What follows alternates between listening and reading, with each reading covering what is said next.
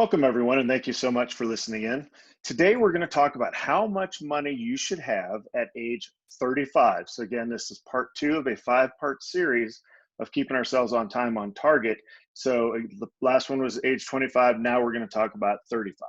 But before we do, as a reminder, this is an educational show and should not be construed as personal financial advice. Full disclosure information is available at OTOTnow.com. Now, let's get started. So we learned in the first episode at 25, you need to get started.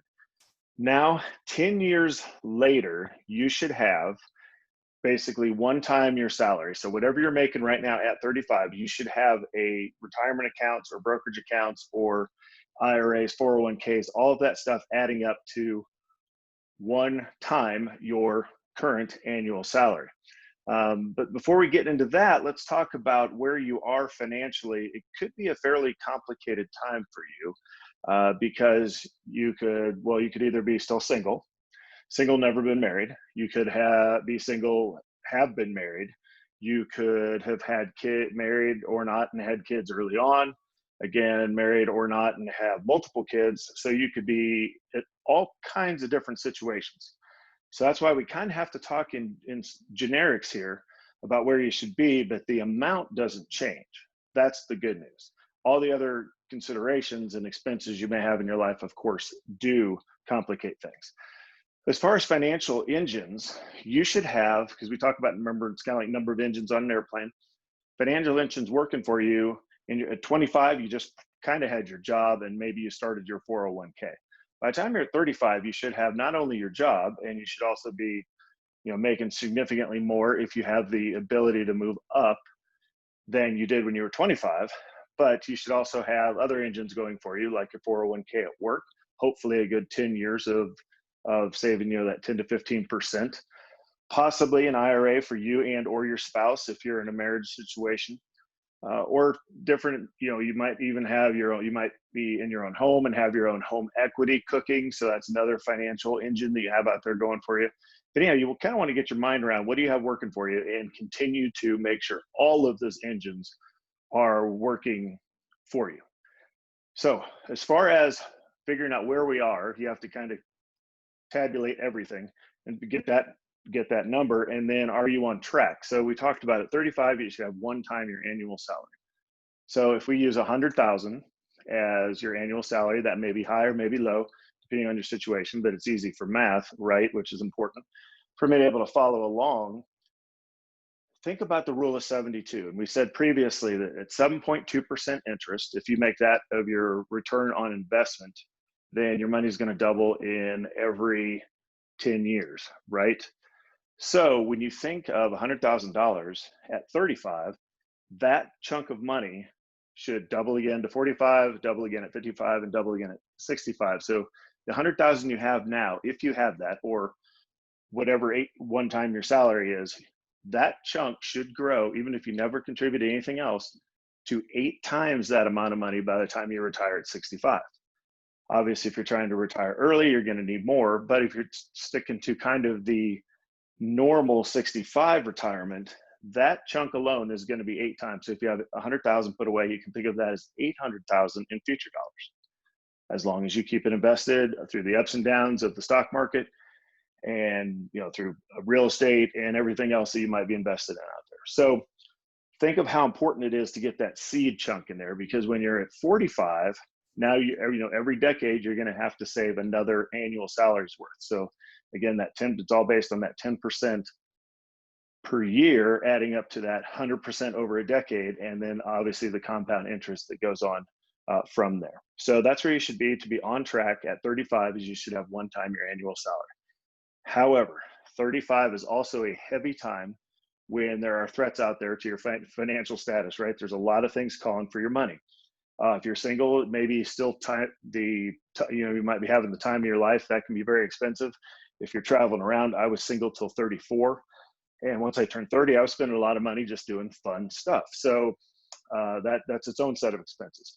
If maybe you got married young and had kids right away, so you could have kids at 35 that are in high school, and all the challenges that brings with having to buy cars and other fancy stuff that they need to kind of get by and become young adults. So You also might be funding life insurance because you don't have the net worth to be able to be self-insured. So if you have kids, especially young, you're going to need life insurance in case something happens to you. So that's another thing to think about. And of course, home insurance, car insurance, all that stuff adds up as far as protecting against the catastrophic events. You also could be in a situation where, you know, a parent might be re-entering your life as a dependent, depending on the age of your parents. A little early for that, but at least something that could be on your radar scope in your 30s. And also, you know, by now you should have your emergency fund set away, 3 to 6 months pay, closer to 3 if you have a higher income type job. But those are the things you also need to have to protect yourself against the known threats that are out there. And then the next step, you know, of our 5-step process is, you know, the last fourth of the fifth of the 5 steps is to revisit your goals. So at 35, you are established in whatever career you're in, whether you want to be or not. You are at a point where you could switch careers. It's certainly not too late, but it's also time to sit down and say, okay, if I stay in this career financially, and again, I'm not talking about happiness or anything or satisfaction or noble cause or any of that stuff, just from a sheer through a financial lens. If I stay in this job, what is my upside? How long can I work or do I want to work? And what sort of target will that be for me financially?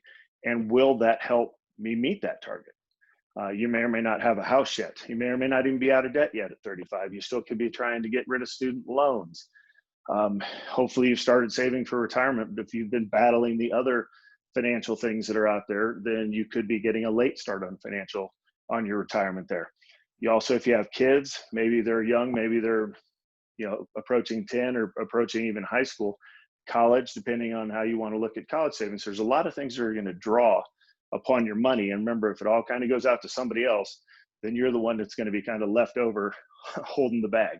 Remember, there aren't any retirement homes. There are college loans and home loans and debt consolidation loans, but there are not retirement loans. So that's the one thing you can't really leave out of your cross check. But 35 is a good time to literally look in the mirror and say, okay, if I stick in this profession, doing what I'm doing, which I may love or I may not, but what is my life going to look like when I'm 65?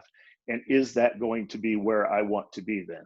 And if not, then you have plenty of time to switch careers, possibly do something that makes more money if that's important to you. Again, not saying right and wrong, but you need to at least picture the future to know what kind of path you're on to make sure that you can get there. Do the steps that we talk about every day to be able to get to that. Okay, and the last thing is circumstances change your plan. You don't have any idea what's going to happen when you're 35, right? You're still way too young that you don't really have a whole lot of predictability. You're either halfway, you're well established into your career, but things can happen. Obviously, something happens to where you get disabled would be financially and emotionally, mentally, all of that too. Something happens where you can't work anymore. That's obviously going to have a huge impact on your financial life. So making sure you have good health insurance and disability insurance either at work or if you're a private contractor or entrepreneur, which I work with quite a few of those folks, you need to pay the money and get the insurance, because if something happens, you're going to be in a financial bind that you do not want to be in. So that's one thing to think of. And another thing to think of is around 35 to 40 is when your financial situation might become a little overwhelming. There's kind of two thoughts, there's schools of thought here. And if you're a do-it-yourselfer, I applaud you. I love that. If you want to learn all the rules of everything financial, that's great. Please do so. But your financial life is only going to get more complicated. So you need to kind of stay on top of it. A lot of people don't. They just kind of let it cruise on into 40 or 45 or so. But you either kind of need to get on top of it yourself, or you need to reach out to somebody at that point. And maybe you just need to meet with somebody for a one-time fee only, pay whatever their hourly fee is, just to make sure you kind of have everything down, have them plug in all your numbers into a financial planning software. You can kind of see, okay, what am I going to have at 45, 55, 65? And is that what I want? Just to be able to kind of do a sanity check on where you are in relationship to your goals. So you can do that on your own. If you enjoy this kind of stuff, if not, you can reach out for somebody. So that's all I have for you today. So thank you for watching our show. Please reach out to ototnow.com if you have any questions or comments. Thanks again for listening. And here's to you fighting the good fight every day to be on time, on target for your financial goals.